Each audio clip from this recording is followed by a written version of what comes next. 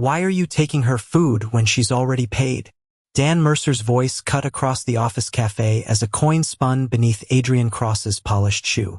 The elderly woman stood empty-handed while the manager pulled back her tray. Dan placed his gas money on the counter, slid the soup toward her, and covered the receipt with his palm. In her other hand, a brass key marked EV caught the light. Adrian stared at it. "Remove her quietly," he told security. 7 minutes earlier, the lobby of Vale Meridian Group had smelled of roasted coffee, lemon cleaner, and the rain drying on expensive wool coats. Dan pushed through the revolving door with an insulated delivery bag against his hip and a red warning glowing across his phone. Order late. His faded navy jacket was dark at the shoulders from the weather, and the old watch his wife had given him pressed cold against his wrist. He had 3 deliveries left, less than a quarter tank of gas, and a folded school notice in his pocket reminding him that Lily's field trip payment was due the next morning. Then he heard the coins. Not conversation. Not silverware. Coins, counted twice against a laminate counter while people in tailored suits moved around the woman as if she were part of the furniture. Eleanor Vale stood beneath the white cafe lights in a worn gray coat, separating pennies, nickels, and dimes with careful fingers. A bowl of tomato soup and a piece of bread waited on a plastic tray. Marla Jensen, the cafe manager, watched the register display with the strained patience of someone who wanted the problem gone before anyone important noticed. "You're $1.84 short," she said. "I can take off the bread."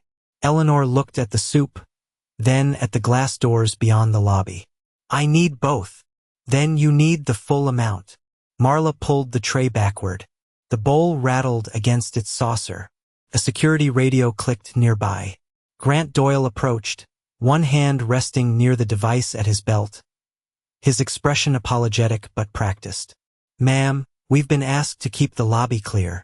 Eleanor's fingers closed around something inside her palm. Dan saw the edge of tarnished brass before he saw her face. She was not angry. That made it worse. She looked like someone carefully refusing to let humiliation become visible. His phone buzzed again. A second warning. Then Lily's name flashed briefly across the screen before the call disappeared unanswered. Dan looked at the fuel gauge icon in his delivery app, breathed once, and stepped to the counter. "Add the difference to mine." Marla glanced at his jacket and then at his delivery bag. "Sir, this doesn't involve you." "It does now. You'll miss your delivery window." "I know." He placed 2 crumpled bills and several quarters beside Eleanor's coins. Marla rang the payment with a tight movement and printed the receipt. Dan took it before she could announce the total, turned it face down, and tucked it beneath the tray. Then he pushed the soup back toward Eleanor. "It's paid for," he said. "Let her eat." The woman studied him for a long second. Her thumb moved across the top of the brass key in her hand. Engraved there was a small lighthouse, worn smooth around the edges, and beneath it the letters EV.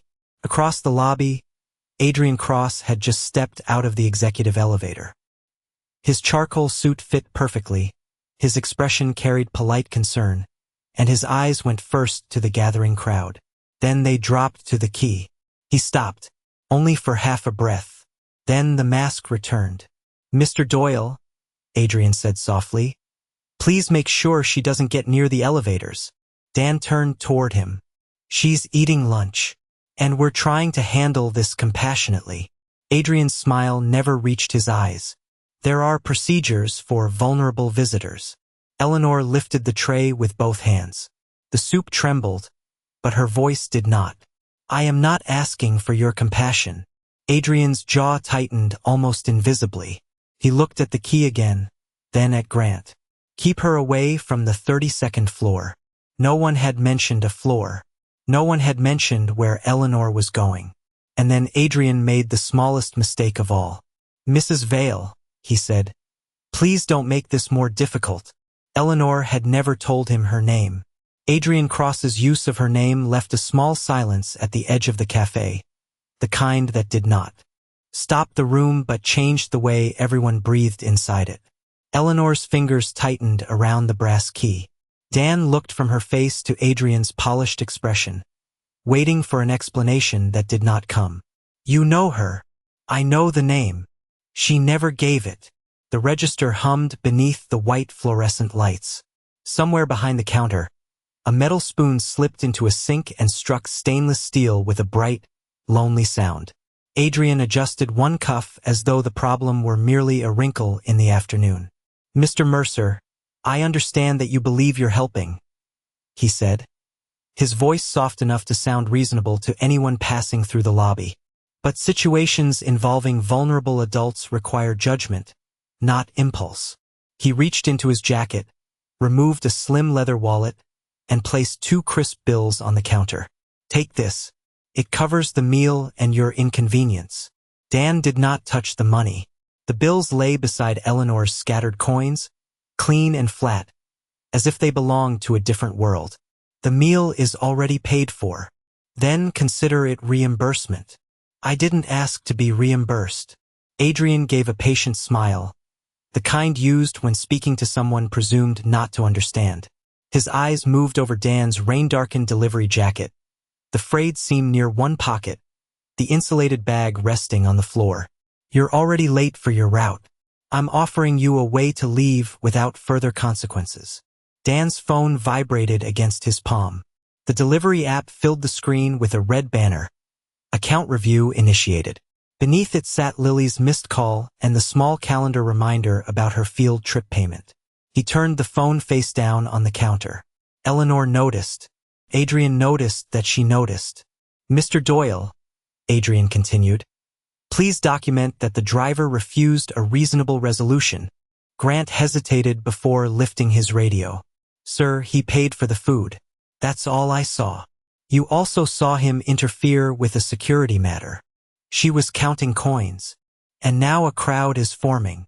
There were only 6 people nearby, but Adrian said it as though Dan had created a disturbance large enough to threaten the building. 2 office workers whispered near the condiment station.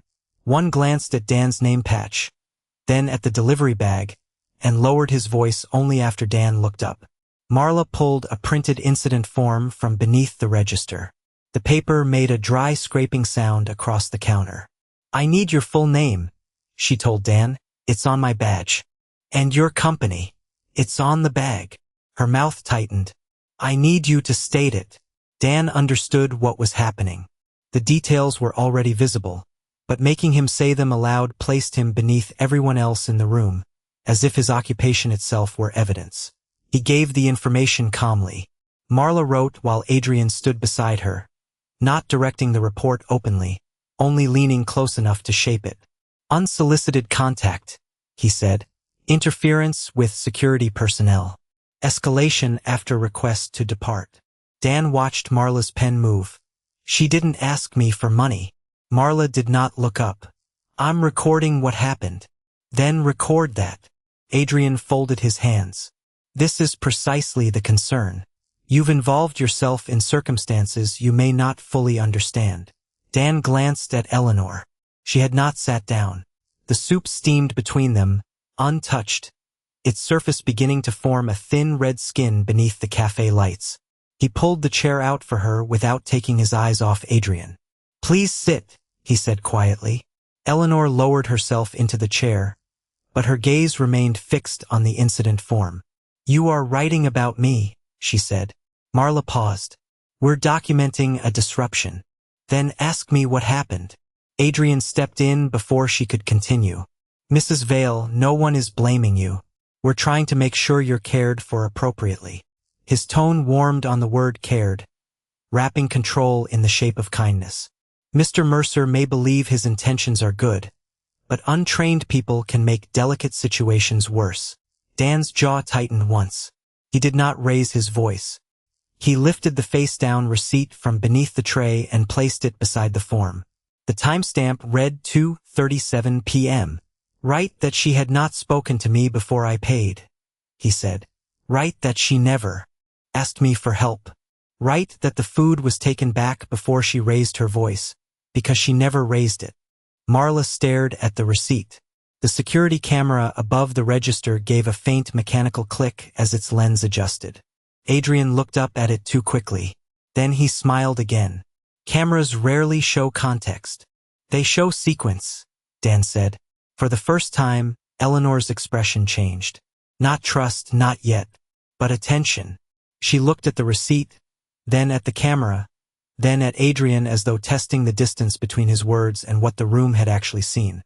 Dan's phone buzzed again. A message from the delivery platform appeared. Contract access temporarily suspended pending client complaint. He read it once and slipped the phone into his pocket. Adrian lowered his voice.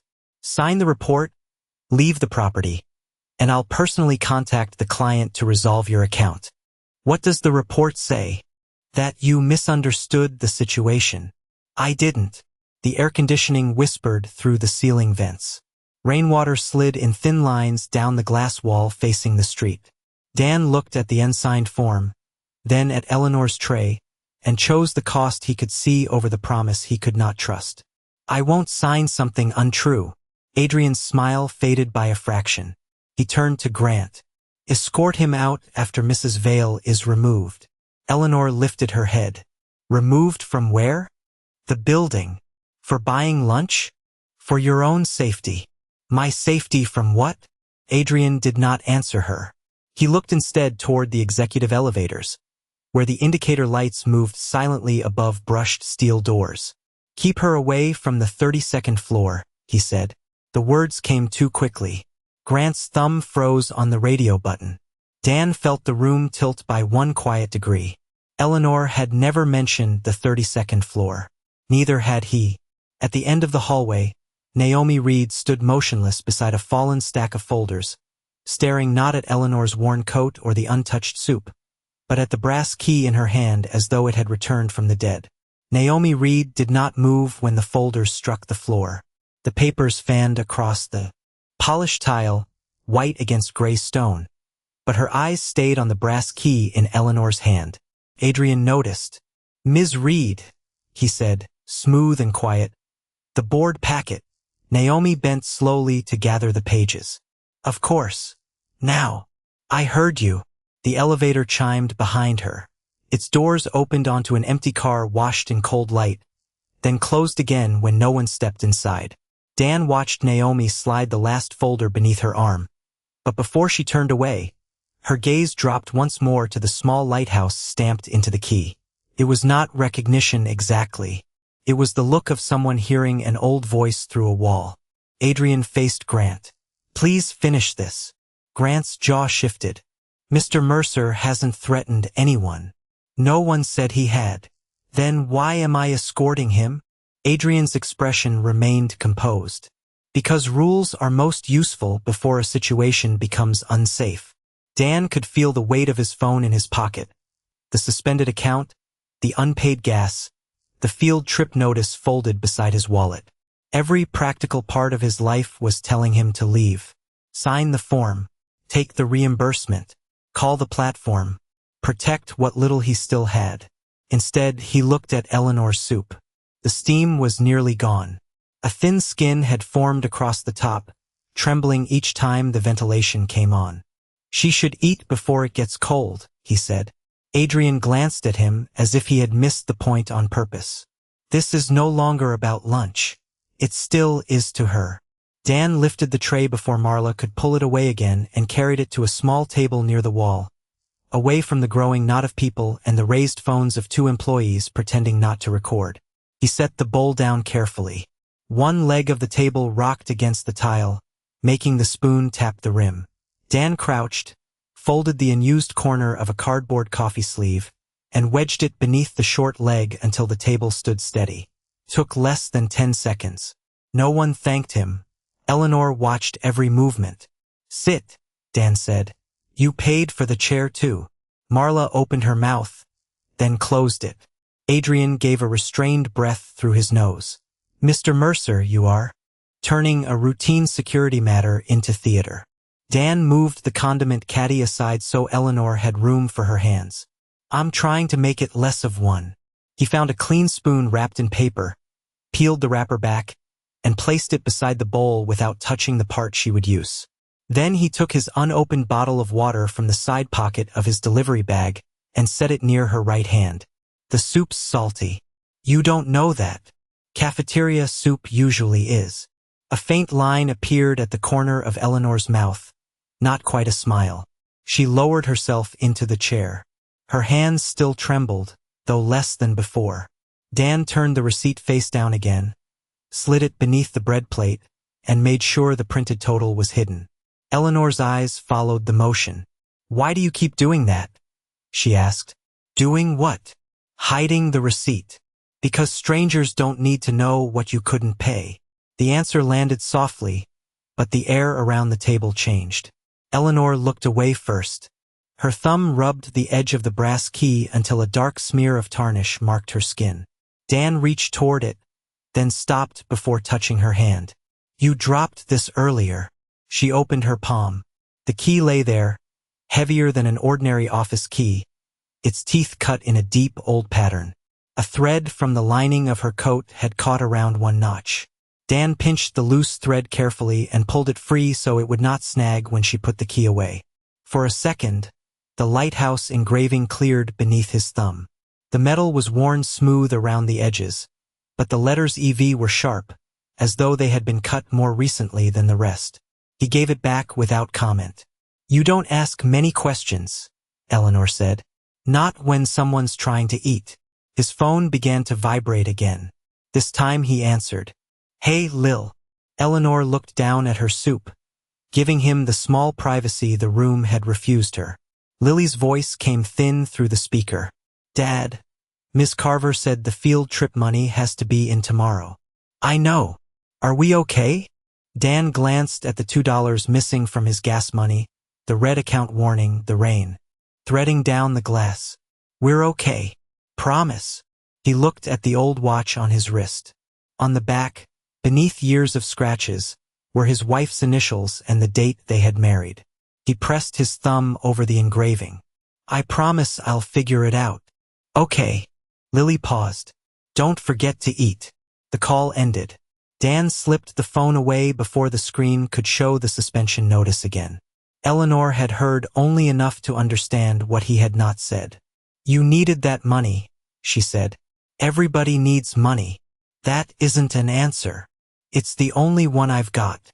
She opened her coin purse and began gathering the remaining change. Dan placed his hand flat on the table, not touching the coins, only stopping the movement. "No, I can repay you. Then you'll be short again. You don't know that. I know what counting the same coins twice looks like." Across the cafe, Adrian spoke quietly to Grant, dismissing the scene with a glance. "He likes being needed," he said. "Men in unstable positions often do." Grant did not respond. Dan heard the words anyway. He let them pass. He did not straighten his back or announce the bills waiting at home. He did not explain his wife's illness, the years of hospital parking receipts, or the way grief had turned every ordinary purchase into arithmetic. He simply tore a napkin in half, folded one piece beneath Eleanor's wrist so the condensation from the water bottle would not dampen her sleeve, and waited until she took the first spoonful. The soup had cooled, but she ate. Only then did Dan pick up his delivery bag. "I should go before they blame you for the next thing too." Eleanor looked toward Adrian, then toward the elevators. "I was going to leave. Probably smart. But you stayed." Dan shrugged once. "You hadn't eaten." She studied him with the hard patience of someone testing a bridge before trusting her weight to it. "If I asked you to walk with me to a door, would you?" "Which door?" Before Eleanor could answer, Grant's radio lit against his belt. A message flashed across the small screen and disappeared beneath his hand, but not before Dan caught 5 words. "Keep EV off 32 until vote." Grant looked at Eleanor. Eleanor looked at the key. And for the first time, Dan understood that the small kindness no one in the room respected had kept her inside the building long enough for someone else's lie to become visible. Grant's radio screen went dark beneath his thumb, but the message had already done its work. "Keep EV off 32 until vote." Dan did not repeat the words aloud. He looked first at Eleanor, then at Adrian, and finally at the executive elevators beyond the cafe. That hesitation was enough for Adrian to step forward and take control of the silence.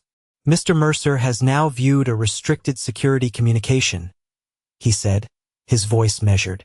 This is exactly why outside contractors should not interfere with building operations. It flashed on the screen, Dan said. I didn't touch it.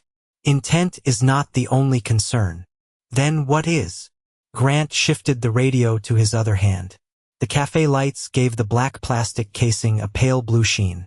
Around them, the lunchtime traffic had thinned, leaving behind the smell of tomato soup, wet wool, and coffee burned too long on a warming plate. Adrian turned slightly so his body stood between Dan and the elevator bank. The concern is that a routine matter is being misread by people without the necessary context.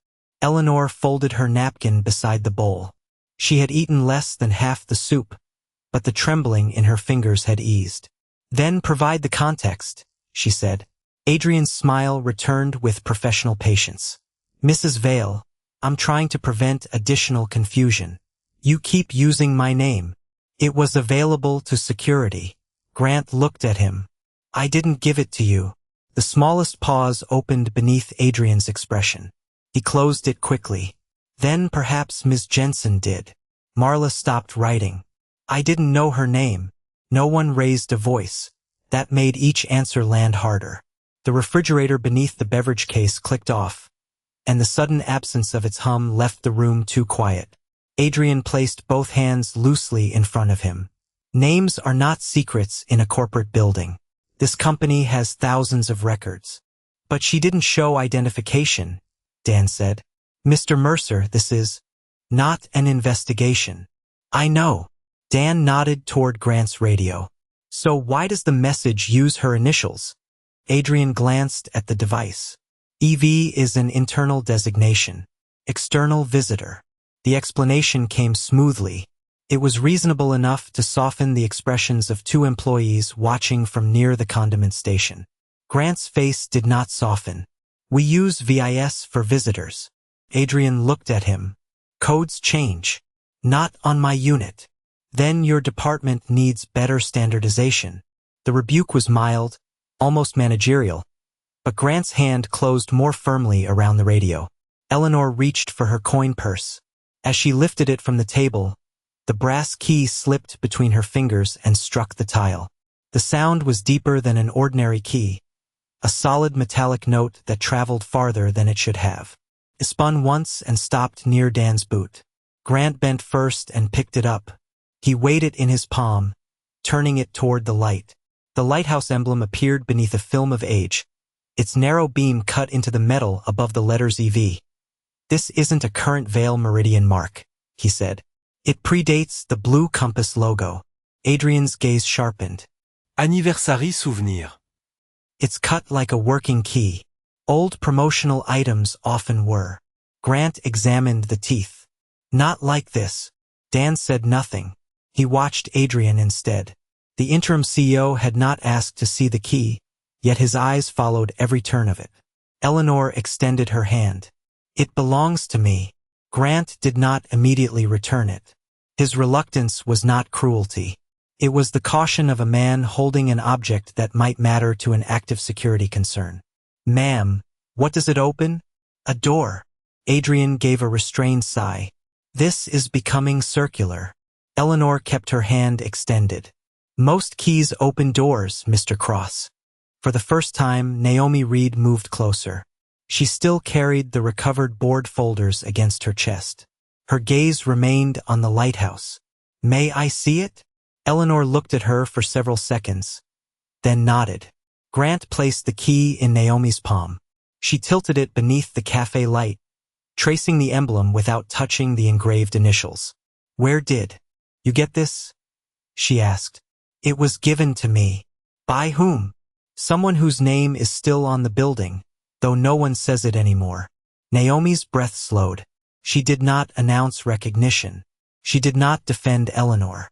She simply looked toward Adrian, and something in her expression became guarded. Adrian stepped closer.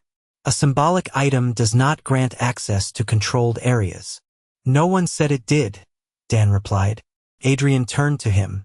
You continue to insert yourself into matters beyond your role. I'm standing beside a table. You are encouraging a distressed woman to believe an old key gives her authority. Eleanor's chair moved softly against the floor as she stood. I have not asked him to believe anything. Adrian ignored her and addressed Grant. Secure the object until we determine whether it presents a risk. Dan looked at the key, then at Eleanor's open hand. He did not reach for it. Under what policy can you take her property? He asked. Adrian's eyes narrowed by a fraction. Security may retain unidentified access devices. You just called it a souvenir. The words were quiet. Grant looked down at the key. Naomi looked at Adrian. Even Marla stopped moving her pen. Adrian answered without hurry. A souvenir can still be modified. Then test it, Dan said. Against what? Adrian asked. Whatever you think it opens. Eleanor's gaze shifted toward the elevators. The original boardroom door. The phrase changed Naomi's face. Not belief but memory. She lowered the key slightly. Adrian recovered first. There is no original boardroom access system. The executive floor was modernized years ago. Eleanor looked at him. The electronic reader was added. The mechanical lock remained beneath it. That lock was removed. Was it? Grant turned toward the security station near the lobby desk. There should be a maintenance record. Adrian's voice remained calm, but the pace of it changed. Officer Doyle, this does not require a records search. Return to your assigned duty. Grant hesitated. If there's a legacy lock, I need to know whether an unregistered key fits it. Adrian smiled for the observers. Of course. Later. The vote is in less than 20 minutes, Eleanor said. Adrian's eyes flicked to her. You would not know the board schedule. The sentence escaped before he could shape it. Eleanor had mentioned a vote only after the message appeared. She had never mentioned its time. Dan saw Naomi register the mistake. She shifted the folders under one arm and walked with Grant toward the security terminal. Adrian followed 2 steps behind, still composed, still speaking about responsible procedure. The monitor woke with a green wash of light. Grant searched the building maintenance database while Naomi stood close enough to read but not close enough to interfere. Rows of service entries moved across the screen. Elevators, fire doors, access panels, emergency lighting. Adrian tapped one finger against his cuff. Try legacy governance, Eleanor said. Grant entered the phrase. One record appeared. L32F mécanical lock inspection. 6 months earlier. Naomi leaned closer. That can't be right. Adrian reached toward the keyboard. Old database entries are often duplicated. Dan had not moved from Eleanor's side. He looked at the screen, then at Adrian's hand hovering over the delete icon. If the lock was removed years ago, he asked, why did the company pay to service it 6 months ago? Grant stopped breathing for a beat. Naomi slowly turned the brass key beneath the monitor's green light. On its narrow stem, almost hidden beneath the tarnish, the same code had been engraved. L32F. The code on the brass stem matched the service record exactly. L32F. For several seconds, no one touched the keyboard. The security monitor cast a pale green light over Grant's hands, Naomi's folders, and Adrian Cross's carefully neutral face. Dan stood beside Eleanor without speaking. He had learned long ago that some truths became weaker when people rushed to explain them. Adrian finally lowered his hand from the delete icon. A matching code does not establish access, he said. Old inventories were often copied across systems. Then the key can be tested, Naomi replied. Not on the executive floor. I didn't suggest the executive floor. Her voice remained respectful, but she no longer sounded uncertain. She turned to Grant. There was a founder archive cabinet near the original records room. Same legacy series, if I remember correctly. Grant searched the database again. A second line appeared beneath L32F. G01A. Founding Records Cabinet, Ground Floor Archive. The last inspection date was 8 years earlier. Status: inactive. Adrian leaned closer. That cabinet was emptied during consolidation. Then opening it proves nothing, Dan said. Adrian looked at him. Correct. But if the key doesn't fit, you get your answer. The simplicity of it slowed the room. Marla stopped, folding the incident report. One of the office workers near the cafe entrance lowered his phone. The ventilation system exhaled overhead, suddenly loud in the quiet. Adrian adjusted his cuff. We are not turning a security incident into a public demonstration. It doesn't need to be public, Naomi said. Security, legal records, Mrs. Vale, and one witness. Her eyes moved briefly to Dan. Why him? Adrian asked. Because his receipt establishes when this began, and because he has already been named in the report. Dan did not look pleased by the inclusion. He looked tired. His phone buzzed once inside his pocket, but he left it there. Eleanor noticed the movement. You should answer that, she said. It can wait. Your daughter. Probably. Adrian gave a faint, sympathetic smile that carried no warmth. Mr. Mercer, your priorities are being affected by a situation that has nothing to do with you. Take the reimbursement. Go home. Let trained people manage this. Dan looked at the 2 crisp bills still lying near the register. You keep offering money like it changes what happened. I'm offering you a practical exit. For signing the report? For ending unnecessary conflict. Dan picked up the incident form. Marla's handwriting had listed him as the source of escalation. He read it once, then placed it back on the counter without tearing it or raising it for the room to see. Test the key, he said. After that, write whatever the evidence supports. Adrian's jaw held still for half a second. Then the professional smile returned. Very well. Quietly. Grant led them through a staff corridor beside the cafe. The air changed at once. The smell of coffee and soup gave way to dust, floor wax, and the faint metallic odor of old ventilation ducts. Fluorescent lights flickered above a row of gray doors. Eleanor walked slowly, one hand resting against the wall when no one was looking. Dan noticed and shortened his stride without announcing it. When they reached a heavy fire door, he held it open and waited until she passed. Adrian watched the gesture with mild impatience. She is capable of walking, he said. I know. Then why are you treating her as fragile? Holding a door isn't a diagnosis. Naomi's eyes shifted toward Dan, then away. The archive room sat behind a keypad and a mechanical override. Grant entered his code. The lock released with a dull click. Inside, shelves rose toward a low ceiling, packed with binders, retired plaques, framed photographs, and cardboard boxes labeled in fading marker. Dust floated through the beam of a single ceiling light. The founding cabinet stood against the far wall, narrow and dark, its brass hardware green at the edges. A strip of red inventory tape crossed both doors. Adrian stopped just inside the room. That seal should not be broken without authorization. Naomi examined the tape. The inventory label says the cabinet is inactive. Inactive does not mean unrestricted. Neither does it mean untouchable. Grant looked between them. I can document the test on body camera. No, Adrian said too quickly. The word echoed against the shelves. He softened it immediately. There is no reason to create footage that could be misunderstood later. Dan looked at Grant's camera, then at the cabinet. Footage can be misunderstood, he said. Missing footage usually gets misunderstood more. Grant's thumb moved toward the camera control. Adrian stepped closer. Officer Doyle, follow standard chain of custody procedure. Standard procedure is to record access to sealed archives. Then record only the cabinet. Dan shook his head once. Record the room before anyone touches anything. Adrian turned toward him. You are not directing security. No.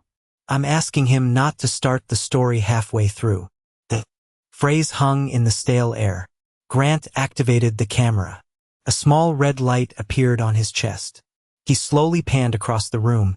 The shelves, the unbroken strip of tape, Eleanor's hands, and the key held flat in Naomi's palm. Dan stepped back so he would not block the view. Mrs. Vale should handle it, he said. Why? Adrian asked. Because it's hers. That has not been established.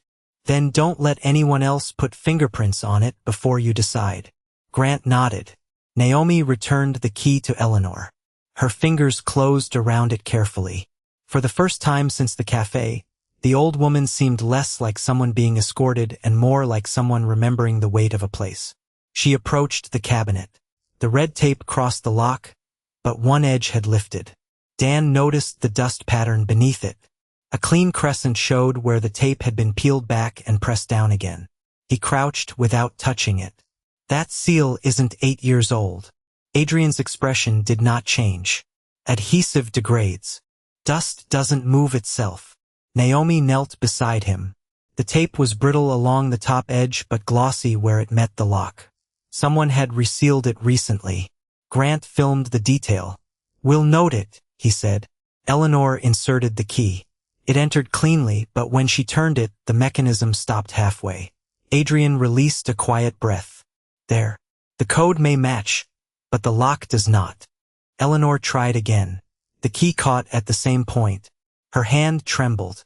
Dan heard a tiny metallic scrape from inside the lock, then a softer click beneath it. Not broken. Loaded. He had heard similar mechanisms in apartment buildings and old delivery docks where keys required pressure before rotation.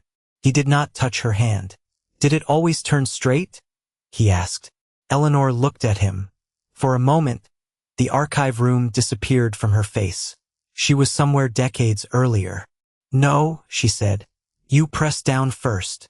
She pushed the key inward and slightly down, turned it backward one short notch, then forward. The cabinet opened with a low brass clunk. Every whisper stopped. The air conditioner rattled behind the wall. Grant's camera light burned red. Adrian's hand lowered slowly from his cuff. Inside the cabinet were no jewels, no cash, no dramatic secret waiting in velvet. There were ledgers, a black and white photograph in a silver frame, a leather-bound key registry, and an empty document slot marked Founding Voting Addendum. Eleanor reached for the photograph but stopped before touching it. A younger version of her stood beneath the Vale Meridian sign beside two men, one of them no older than 30. Her son. The grief that crossed her face was brief and private. Dan moved half a step to block the camera's view of her expression without blocking the evidence. Grant understood and angled the lens toward the cabinet instead. Naomi lifted the key registry with both hands. The first pages listed issue dates, key codes, and authorized holders. She found L32F. Eleanor Vale. Founding Director. Permanent issu. Adrian spoke before anyone else could. Even if she once held a founding seat, historical access does not establish present authority. The sentence was controlled, legalistic, almost calm. But it came too soon. Naomi looked up. No one said anything about a seat. Adrian's eyes moved to the empty slot. It's labeled. It says voting addendum, not seat. He said nothing. Grant filmed the registry. Dan looked at the binding. One page near the back sat lower than the others. Its inner edge was rough, fibers pale against the aged paper. Torn out. Naomi turned the book toward the light. The missing page had carried the continuation of Eleanor's authorization record. Adrian stepped closer. This material should be transferred to executive legal. Naomi closed the book. No, it was the first openly defiant word anyone had spoken to him. She handed the registry to Grant. Seal it. Preserve the footage. No copies go through the CEO's office. Adrian's face remained composed, but the tendon near his temple tightened. Eleanor finally touched the photograph, only at the frame's corner. Dan looked again at the torn binding. The paper around it was yellowed, but the exposed glue was pale and tacky, with a thin strand still stretching between two pages. He pointed without touching. That page wasn't removed 20 years ago. Grant brought the camera closer. Naomi pressed one finger near the fresh adhesive, then withdrew it. The room went silent again, but this time the silence carried fear. The key had proved Eleanor belonged to the company's history. The fresh tear suggested someone inside the company had recently tried to erase what she still had the right to do. The pale glue along the torn page caught the archive light like a fresh wound.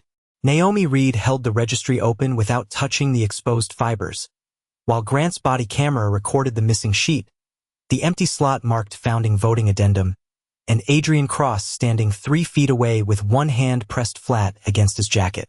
"This cabinet is now part of a formal preservation hold," Grant said. "No one removes anything." "Agreed," Naomi replied. "We need legal records." "We need discretion," Adrian said. The fluorescent fixture above them flickered once, then settled into a low electrical hum. Eleanor stood beside the photograph of the founding team, her reflection faint in the dusty glass over the younger woman she had once been. Dan watched Adrian's eyes move from the fresh tear to Grant's camera and understood that the man was no longer trying to remove an inconvenient visitor. He was measuring how much of the room had become evidence. "The receipt," Naomi said. Dan looked at her. "What about it?" "The time." He removed it from his jacket pocket, where he had placed it after leaving the cafe table.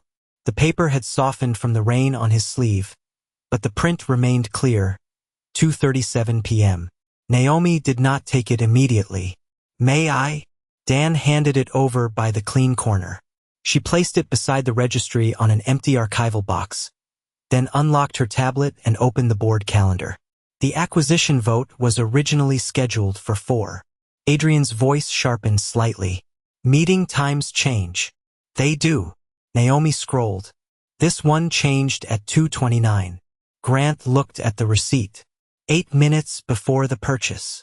"And 2 minutes before the security message," Dan said. No one praised him for noticing. He did not need them to. He took a shipping label from his delivery bag, turned it over, and wrote 3 times in a straight column with the ballpoint pen he used for damaged package notes. 2:29, meeting moved. 2:31, keep EV off 32. 2:37, lunch receipt. Eleanor looked down at the simple timeline. The brass key rested in her palm beside the dark line of tarnish on her thumb. "When did the lobby camera first record me?" she asked. Naomi opened another system. "I don't have direct access to security footage." Grant did. He pulled the archive room door nearly closed to reduce the hallway glare, then signed into the building log from his phone. The screen reflected in his eyes as he searched. Exterior entrance, 2:24. Revolving door, 2:25. Cafe camera picks her up at 2:26. The room became still. Adrian cleared his throat, which means the schedule change may have been routine and merely coincidental. Dan looked at the times again. "Routine for who?" Adrian turned toward him. "You are not qualified to interpret governance records." "I'm not interpreting them." Dan tapped the back of the shipping label. "I'm reading a clock." Naomi's hand slowed above the tablet. Her doubt had not vanished, but it had changed direction. She opened the calendar metadata instead of the calendar itself. A list of edits appeared in small gray text. The meeting had been changed from 4 p.m. to 3 p.m. by an executive account assigned to Adrian Cross. The modification time was 2 hours 29 minutes and 14 seconds. Naomi stared at the entry. "You said it was approved this morning." Adrian's eyes remained on the screen. "The decision was made this morning. The calendar may have been updated later. By your account." "My office handles executive scheduling. The board secretary handles board scheduling." The last word settled between them. Somewhere beyond the archive walls, a printer started, fed out one sheet, then stopped. Eleanor looked at Naomi not with triumph, but with the exhausted attention of someone who had spent years learning that facts only mattered when another person was willing to keep them from disappearing. Adrian removed his phone from his jacket. His thumb moved across the screen. "We are not going to conduct a governance inquiry in a storage room." "Put the phone down," Grant said. Adrian looked at him. "Excuse me?" "Until the preservation hold is documented. No messages about the archive." Grant's tone remained respectful. That made the order heavier. Adrian slid the phone back into his pocket, but not before Dan saw a draft message addressed to Executive Legal. The first words were visible for less than a second. Isolate veil from driver. Adrian noticed Dan looking. Mr. Mercer, he said, you have already lost work today. Do not let this become something that affects your family permanently. The threat arrived dressed as concern. Dan's phone vibrated at almost the same moment, as if summoned by the word family. Lily had sent a voice message. He did not play it. He turned the phone face down on a dusty box and looked at Eleanor. What happens if the vote goes through? He asked. Adrian answered before she could. That is confidential. I asked her. Eleanor's face tightened. Not from anger but from an old grief returning through a narrow opening. She reached into the inner pocket of her coat and removed a sealed envelope folded into quarters. The paper was cheap, the kind sold in grocery store packs, and one corner had been softened by being handled too often. This arrived at my home 9 days ago, she said. Naomi accepted it carefully. There was no return address. Inside was a photocopy of a restructuring summary and a single typed sentence. If you still have the vote, come before Friday. The summary listed the sale of Vale Meridian's Field Operations Division, consolidation of contract logistics, and workforce reduction under a phrase that sounded bloodless enough for a boardroom. External labor optimization. Dan read the number twice. 486 positions. Drivers, warehouse contractors, dispatch assistants, route coordinators. People who carried packages in rain-darkened jackets. People who counted gas money before buying lunch. The sale transfers the labor risk, Eleanor said. That is how the presentation describes it. It eliminates contracts, Naomi said. Hundreds of them. It improves operating stability, Adrian replied. Eleanor turned toward him. For whom? He did not answer. She looked back at the old photograph in the cabinet. My son built the field division. He believed contract workers deserved the same safety standards as anyone behind a desk. After he died, I stepped away. I thought the company's rules would outlive the people who wrote them. Her hand rested near the frame but did not touch her son's face. That was my failure. Dan could have used the moment. He could have raised his suspended account, Lily's field trip, the bills folded in his kitchen drawer, and made the injustice personal enough to draw sympathy. Instead, he looked at Naomi. Can the vote be stopped with this? Not with a photocopy. What would it take? Naomi glanced toward the empty slot. The original voting addendum or proof that Eleanor's authority was never revoked. Adrian stepped between her and the cabinet. There is no verified basis for referring to her by first name or treating this claim as valid. Naomi's eyes narrowed. Her name is in the key registry. Historical records are not current authority. Then show us the revocation. Adrian's mouth opened, then closed. A bead of sweat appeared near his hairline despite the cool room. He wiped it away with one finger and changed his tone. This needs to move upstairs. Privately, Mrs. Vale and I can discuss her concerns without an audience. Dan picked up the shipping label timeline and folded it once. No, Adrian looked at him as if the word itself were insolence. You do not decide that. She does. Dan turned to Eleanor. Do you want to be alone with him? Eleanor's answer came without hesitation. No, Adrian's face remained composed, but the muscles around his eyes hardened. Naomi returned to the legal database. She searched Eleanor Vale, founding director, permanent voting authority. Most of the result fields were empty. One entry showed a linked appendix. Status: document unavailable. Another showed a media reference stored separately under oral governance record. Founding session. There's a recording, Naomi said, of the original board session. Those recordings were ceremonial, Adrian said. You knew about it? Grant asked. I know the archives. Then why was it not in the cabinet? Adrian said nothing. Naomi opened the storage history. The recording box had been logged for decades in off-site legal retention. 1 week earlier, it had been transferred back to headquarters under an executive retrieval request. Destination: Floor 32, Board Secretary Storage. Requested by Office of the Interim CEO. The printer outside the room started again, then abruptly stopped halfway through a page. Naomi stared at the transfer record. Grant turned his body camera toward the screen. Eleanor closed her hand around the key. Dan looked at the fresh tear, the altered meeting time, the security message, the lunch receipt, and the recording moved upstairs just days before the vote. The pieces no longer formed a misunderstanding. They formed a pattern. Adrian reached for the archive room door. This discussion is over. Naomi stepped in front of it and held up her tablet. No, she said. It leaves this room now. By the time they returned to the Vale Meridian atrium, the cafeteria tables had been pushed back and the open space beneath the 32-story glass tower had become an accidental hearing room. Employees stood along the marble walls with coffee cups cooling in their hands. Security officers formed a quiet line near the executive elevators. The same register where Eleanor had counted coins still glowed beneath fluorescent light, and the same brass key rested in her palm. Dan Mercer walked beside her in his rain-stained delivery jacket, carrying the folded receipt and the handwritten timeline, not like a man entering as a victor, but like someone who had already lost a day's wages and decided truth was still worth the price. Adrian Cross stepped into the center of the atrium before Naomi could speak. Everyone, please remain calm. His voice rose just enough to carry without sounding defensive.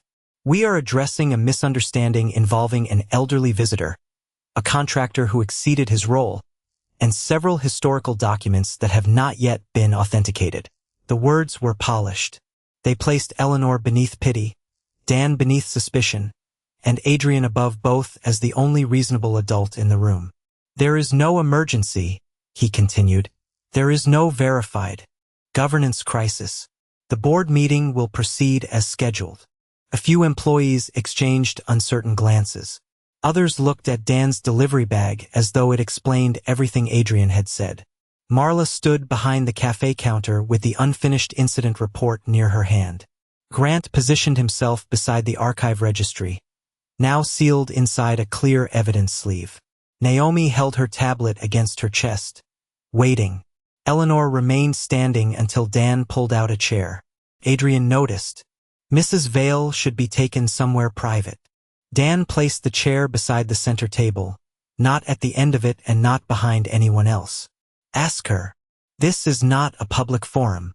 You made it one when you wrote about her without letting her speak. A murmur moved through the atrium and died quickly. Adrian turned toward Eleanor with a patient expression. Mrs. Vale, would you prefer a quieter room? Eleanor lowered herself into the chair. She placed the brass key on the table where everyone could see it. No, the single word changed the posture of the room. Adrian folded his hands. Very well. For clarity, may I explain what occurred? After she does, Dan said. Adrian looked at him. You have no standing here. Dan set the receipt beside the key. The paper was wrinkled, one corner stained by rain, but the time remained visible. 2:37 p.m. Neither did the truth until somebody kept it. He stepped back. He did not speak for Eleanor. He gave her the space Adrian had tried to take. Eleanor looked across the faces watching her. I entered this building at 2:25, she said. I went to the cafeteria because I had not eaten. I was short $1.84. This man paid the difference. I did not ask him to. He did not question me. He did not ask my name. He covered the receipt so no one would see what I lacked. The atrium stayed quiet. Adrian nodded with restrained sympathy. No one disputes his intention. You called it interference. Because intention and impact are different things. He turned toward the employees. Security received reports of confusion near the elevators. Mr. Mercer inserted himself into a sensitive situation, viewed a restricted communication, and refused repeated requests to leave. That is why his delivery account was flagged. For a moment, the explanation seemed to work. It was orderly. It connected every visible fact to a policy. A woman near the elevators whispered that Dan should have left when asked. Someone else nodded. Adrian continued, encouraged by the room's uncertainty. The key is an obsolete commemorative item. The archive cabinet contained historical records, not current authority. The missing page may have been removed during prior digitization, and the meeting time was adjusted for operational reasons before anyone knew Mrs. Vale was in the building. Naomi looked at him.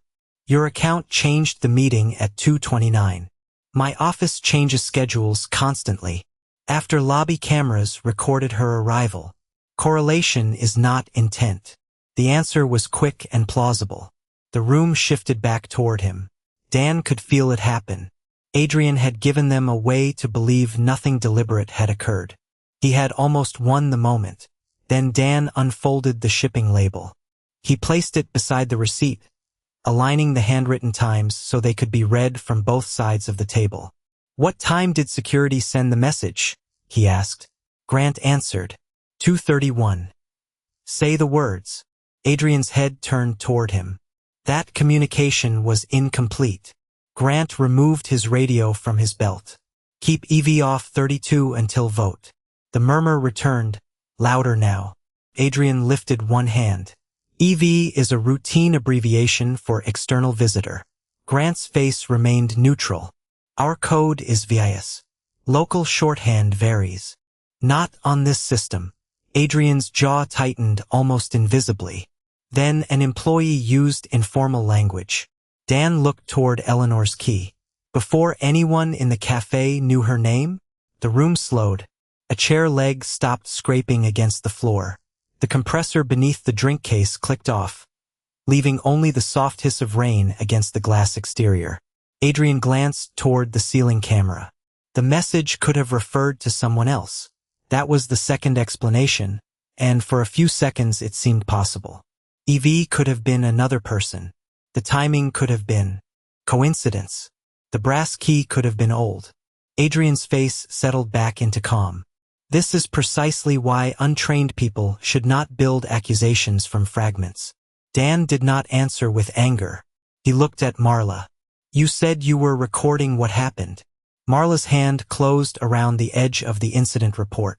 I was. Did you write that Mr. Cross used her name before anyone gave it to him? Marla looked at Adrian. I didn't hear that clearly. Did the cafe system? Adrian stepped toward the counter. The security footage is already under review. Marla did not move. Not that footage. Every eye turned to her.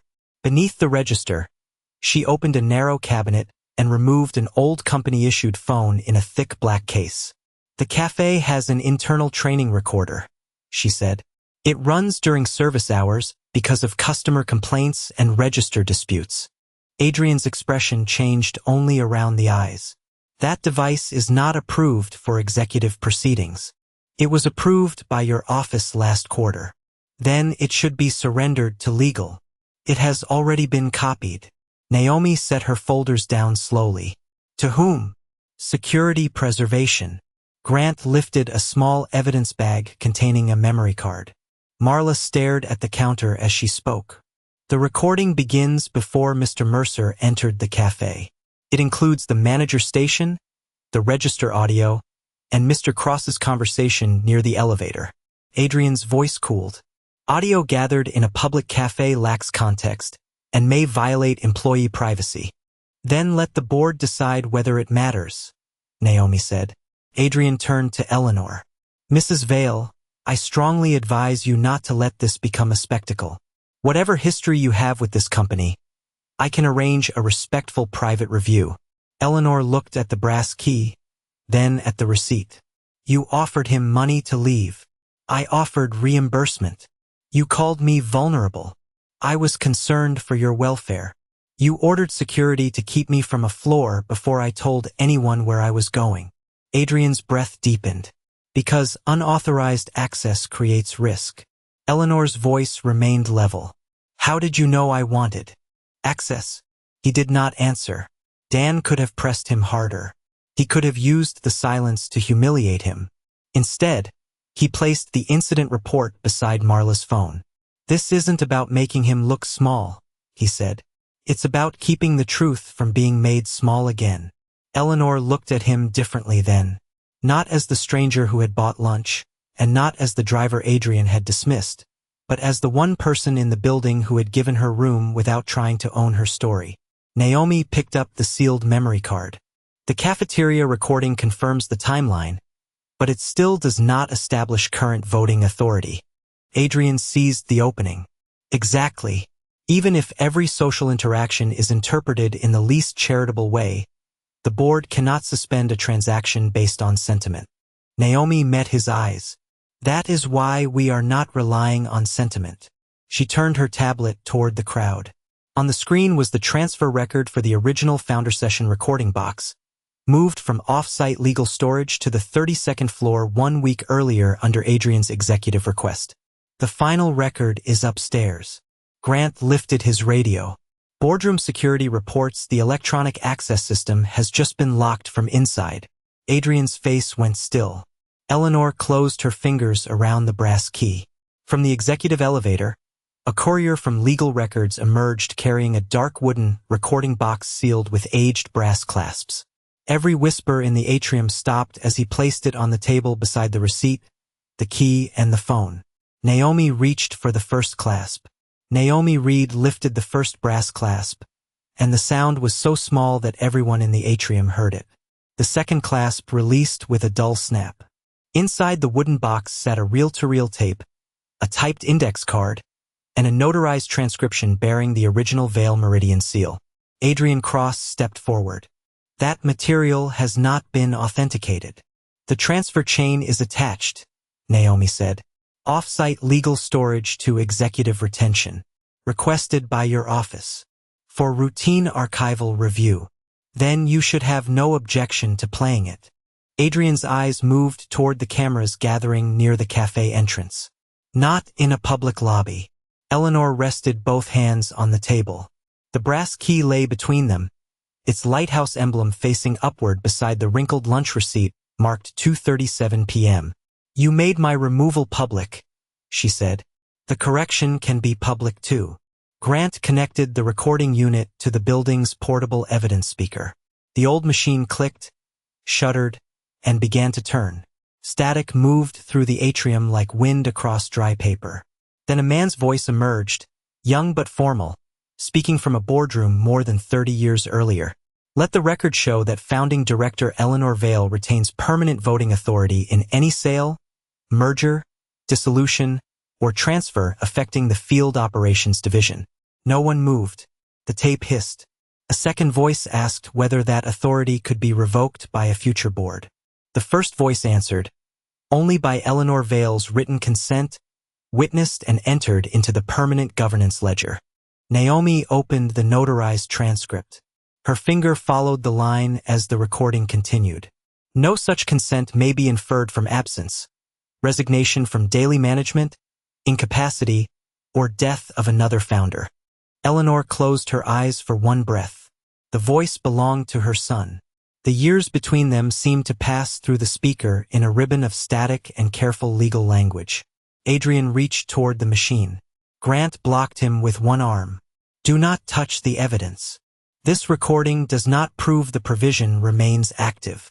Naomi looked up from the transcript. Then produced the revocation. Adrian's mouth went dry.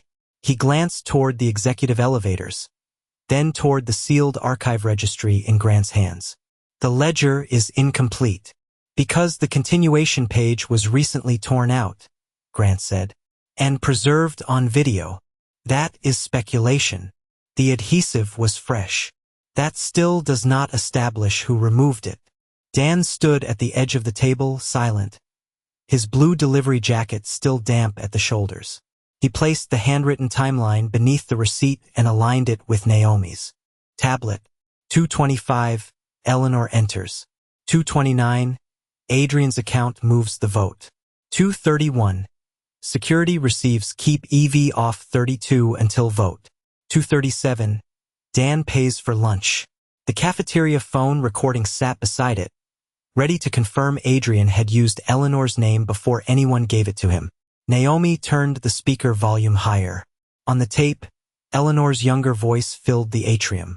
I accept this authority only as a safeguard, not for my benefit, for the workers who will never sit in this room when decisions are made about their lives. The sentence ended. The reel kept turning. Its soft mechanical rotation became the loudest sound in the building. One employee lowered her coffee cup without drinking. Marla stopped breathing long enough for her shoulders to rise. A pen slipped from Adrian's fingers and struck the marble floor. It rolled beneath the same counter where Eleanor's coin had rolled less than an hour earlier. No one bent to retrieve it. Naomi closed the transcript. The provision is valid unless a witnessed revocation exists. There may be one in legal archives, Adrian said. There isn't, said a voice from behind the crowd. The company's senior governance counsel stepped forward carrying a laptop and a paper file. We completed an emergency search. No revocation was filed with the company, the state registry, or outside counsel. Eleanor Vale's permanent voting authority remains in force. The words did not land like applause. They landed like weight. Eleanor stood. The worn gray coat still hung loosely from her shoulders. Her coin purse was still tucked inside one pocket. Nothing about her appearance changed, but every person in the atrium saw her differently. Naomi stepped aside from the table. Madam Founder. Chairs shifted. Then one person stood. Another followed. Within seconds, the entire atrium was on its feet. Not cheering. Not speaking. Simply standing as Eleanor Vale closed her fingers around the brass key. Adrian remained motionless. The color had drained from his face, but his voice still reached for procedure. The boardroom is electronically secured. The vote is already in session. Grant checked his radio. The electronic system was locked from inside. Then no one can enter until security resets it. Eleanor looked toward the executive elevators. The electronic reader was added, she said. The original lock remained. The ride to the 32nd floor took less than a minute, but the elevator seemed to rise through years. Naomi carried the recording box. Grant carried the sealed registry and body camera footage. Dan held only the lunch receipt and the handwritten timeline. Adrian stood in the rear corner, avoiding his reflection in the mirrored wall. When the doors opened, the boardroom corridor glowed beneath warm, recessed lights. At the end stood a pair of dark walnut doors. A red access light burned beside the frame. Beneath it, nearly hidden by polished metal, was an old brass keyway. Eleanor approached slowly. The board members could be seen through the glass wall inside, turning toward the door. Adrian's voice came from behind her. Mrs. Vale, I strongly recommend waiting for counsel. She did not turn.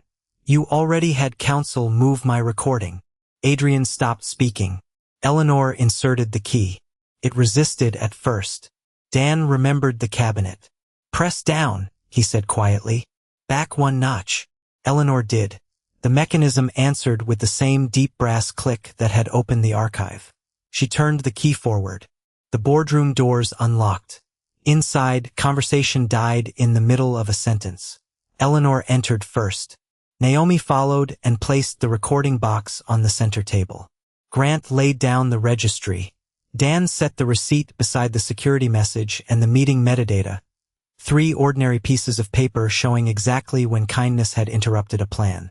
The board chair read the timeline, listened to the authenticated recording, and reviewed the governance council's finding. Adrian stood near the wall, his hands no longer steady enough to button his jacket. The acquisition vote is suspended, the chair announced.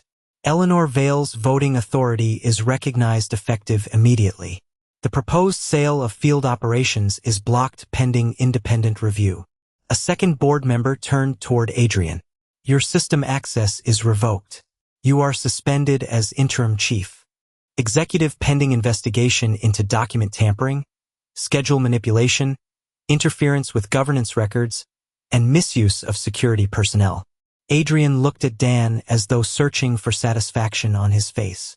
There was none.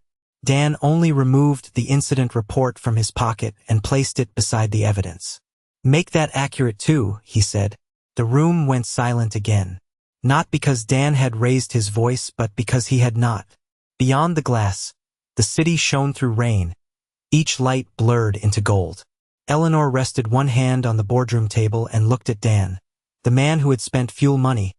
He could not spare and then stepped back each time the truth needed room to speak. What do you think you bought me? She asked. Dan looked at the empty soup bowl still visible far below in his memory. Then at the key that had opened the room. Lunch, he said. Eleanor's eyes filled, but her voice remained steady. No. You bought me enough time to come home. Justice had begun. Adrian's power was gone.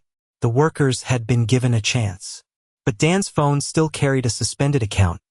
Lily's field trip was still unpaid, and kindness had never asked what it would receive in return. Now that the room finally saw him, the question was not what Eleanor could give him, but what Dan would choose to do with being seen.